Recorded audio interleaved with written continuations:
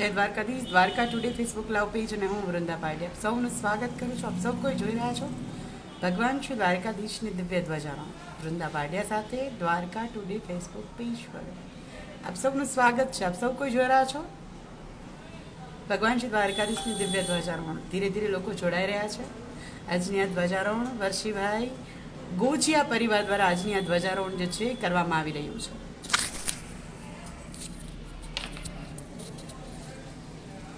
જય રાઠોડ, જય દ્વારકાધીશ. સૌથી પહેલી કોમેન્ટ આવી રહી છે અશોક ચૌહાણ, જય દ્વારકાધીશ.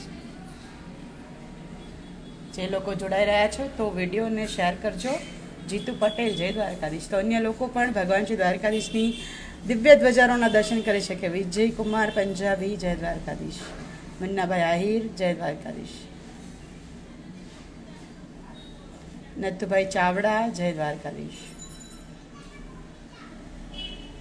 ભગવાન શ્રી દ્વારકાધીશને આપ સૌ કોઈ જાણો છો કે રોજે 6 ધ્વજારોહણ થાય છે, જેમાંથી આપણે એક ધ્વજારોહણ જે છે એ લાઈવ કરીએ છીએ, જેથી અન્ય લોકો પણ ભગવાન શ્રી દ્વારકાધીશના દર્શન કરી શકે, દ્વારકા આવ્યાનો અનુભવ કરી શકે. પુલકેશ પાટીદાર, જય દ્વારકાધીશ. વેસ્ટમાંથી જિંદગી મારી બેસ્ટ કરી દીધી, હે દ્વારકાધીશ. અમે તારા નામે જિંદગી એફિડેટ કરી દીધી. સુંદર એવી કોમેન્ટ મહેશભાઈ, જય દ્વારકાધીશ. રોજ સુંદર એવી કોમેન્ટ હોય છે.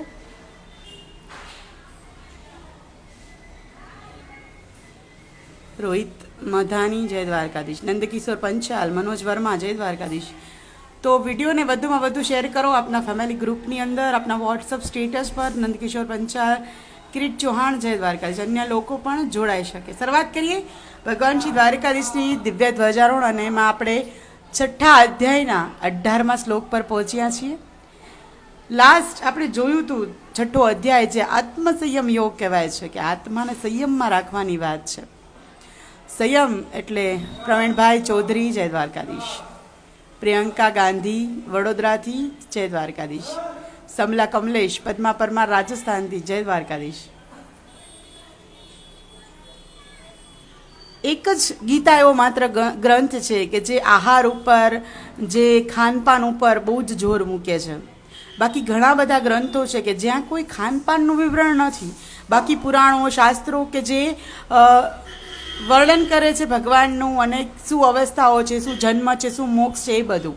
પણ ગીતાની અંદર બહુ જ સ્પષ્ટપણે હજી ઘણી વખત આને આ વાત રિપીટ થશે. હજી 3 વખત આ વાત આવશે કે યોગ્ય આહાર આપણો હોવો જોઈએ. આપણે ગુજરાતીની અંદર તો કહેવત જ છે કે અન્ન એવો ઓડકાર, અન્ન એવું મન. આપણે એ બોલીએ જ છીએ અને કરી પણ બતાવી છીએ જ્યારે પણ આપણો જે ખોરાક હોય છે એનામાં. તો આહાર ઉપર બહુ જ ભગવાન ભાર આપે છે. યોગ કઈ રીતે કરવો, સમાધિ અવસ્થા, જે શારીરિક સમાધિ અવસ્થા વિશે એમને ભગવાને સમજાવ્યું 14, 15 અને 16 શ્લોકની અંદર. 16 અને 17ના શ્લોકની અંદર યોગ્ય આહાર, યોગ્ય આચરણ એ વિશે સમજાવ્યું. અને હવે 18મા શ્લોકમાં ભગવાન શું કહે છે એ આપણે સમજીએ. યોગ્ય આહાર અને યોગ્ય શિષ્ટાચાર એ બંને ઉપર ભગવાન ભાર મૂકે છે. કારણ કે અતિશય ખાનાર વ્યક્તિ જે છે એ પણ યોગ નથી કરી શકતો, જે બિલકુલ નથી ખાતો એ પણ યોગ નથી સાધી શકતો. એટલે માપસરનું ખાવાનું, માપસરનું રહેવાનું, એ વાત જે છે કરે છે ને 18મા શ્લોકમાં.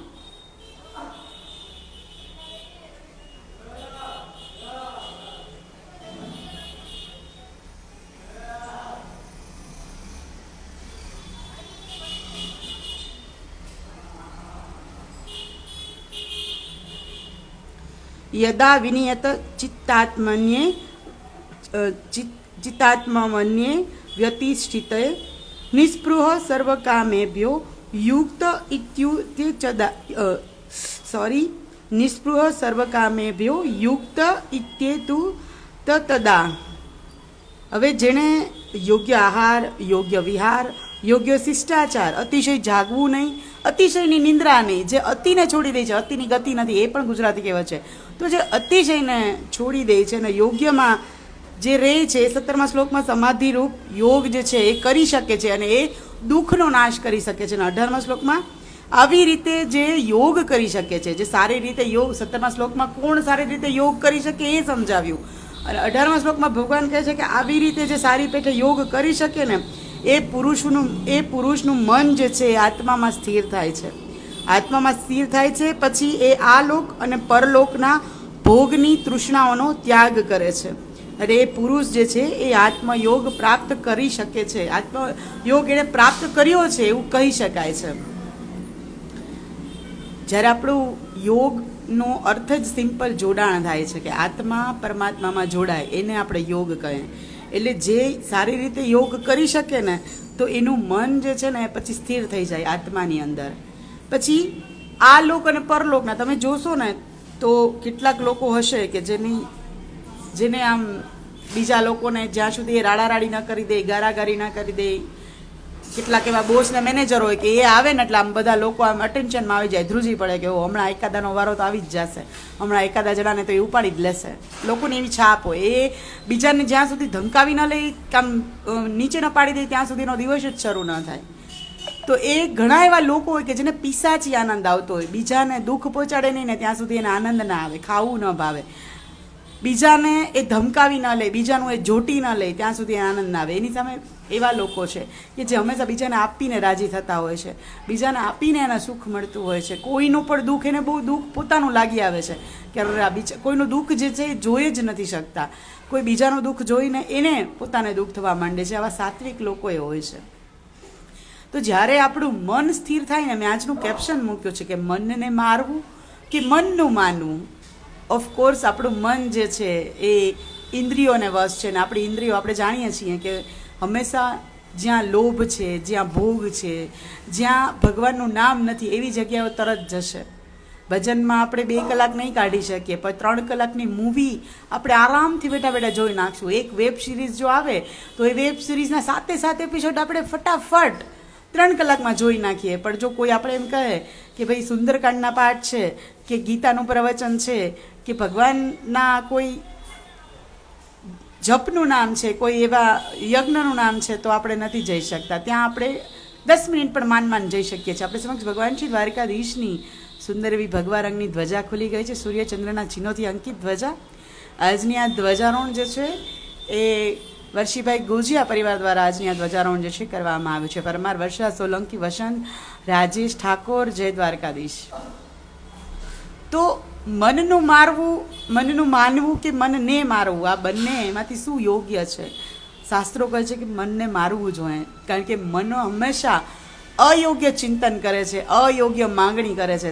જ્યારે અયોગ્ય માંગણી કરે, એવી માંગણી કરે કે જે તમને ભગવાનથી દૂર લઈ જાય, જે તમારી અંદર સાત્વિકતાનો નાશ કરે, તો એવા મનની એવી માંગણીઓને ક્યારેય પૂરી ન કરવી. પણ હા, જો જ્યારે મન ભગવાન તરફ લઈ જાય, જ્યારે મન સાત્વિકતા તરફ લઈ જાય, જ્યારે મન જે છે એ કંઈક સત્કાર્ય કરવાની અંદર માંગણી કરે ને તો ફટાફટ કરી નાખવું, એ જ સેકન્ડે કરી નાખવું. કારણ કે જરાક પણ તમે એને મોકો આપશો ને તો બીજી ક્ષણે એ મન જે છે બદલી જશે. એક વખત આપણે વિચાર આવીએ કે ₹1,00,000 દાન દેવો છે, આપણે ભોજન સમારંભ કરવો છે, ગરીબોને ખવડાવવું છે, થોડું ડીલે થાય ને 2 દિવસ પછી આપણું મન ફરી જાય કે ના હવે જવા દો ને, આપણે કંઈક બીજું કંઈક કરી નાખશું, હવે એ નથી દેવું. એટલે જ્યારે સત્કર્મ કરવાનો વિચાર આવે ને એ જ ક્ષણે એ સત્કર્મ કરી જ નાખવું. પછી તિથિ, તારીખ, વાર એવું કંઈ જોવું જ નહીં. આ બહુ સિમ્પલ નિયમ છે. એટલે જ્યારે તમને ભગવાનથી જે વસ્તુ દૂર લઈ જાય, સાત્વિકતાથી જે વસ્તુ દૂર લઈ જાય, તો એવી માંગણીઓ મનની જે છે એને ન માનવી, ત્યારે મનને મારવું. અને જે વસ્તુની અંદર સાત્વિકતા હોય, જે વસ્તુ ભગવાન સાથે જોડવાની પ્રેરણા આપતી હોય, એ વાતને ફટાફટ મનની માંગણીને તમારે એ જ ક્ષણે પૂરી કરી લેવી. તો 18મા શ્લોકમાં કે જેનું યોગ જે કરે છે એ યોગ કરવાથી એમની આત્મા, એમનું મન આત્મામાં સ્થિર થાય છે. પછી એને આ લોકના અને પરલોકના ભોગો, તૃષ્ણાઓ, ઈચ્છાઓ જે છે, આશાઓ જે છે એ નથી રહેતી. આશાઓ જે છે એ ઓછી થઈ જાય છે અને એ આત્મયોગ કરવાને કેપેબલ થાય છે. કેપેબલ વ્યક્તિ બને છે આત્મયોગ કરવા માટે થઈને. 19મા શ્લોકમાં વધુ ડિટેલથી ભગવાન સમજાવશે, જે આવતીકાલે સમજીશું. કલ્યાણજી સવાણી, જય દ્વારકાધીશ. દશરથ ઠાકોર, જય દ્વારકાધીશ. BK પટેલ, જય દ્વારકાધીશ. ઇન્દુ પરમાર, જય દ્વારકાધીશ. દિનેશજી વાલ્મીક, જય દ્વારકાધીશ. આણંદથી. તો આવતીકાલે ફરીથી મળીશ ભગવાન શ્રી દ્વારકાધીશની દિવ્ય ધ્વજારોહણ સાથે. ત્યાં સુધી like, comment, share. Dwarka today Vrinda પાડ્યા. સૌને જય દ્વારકાધીશ.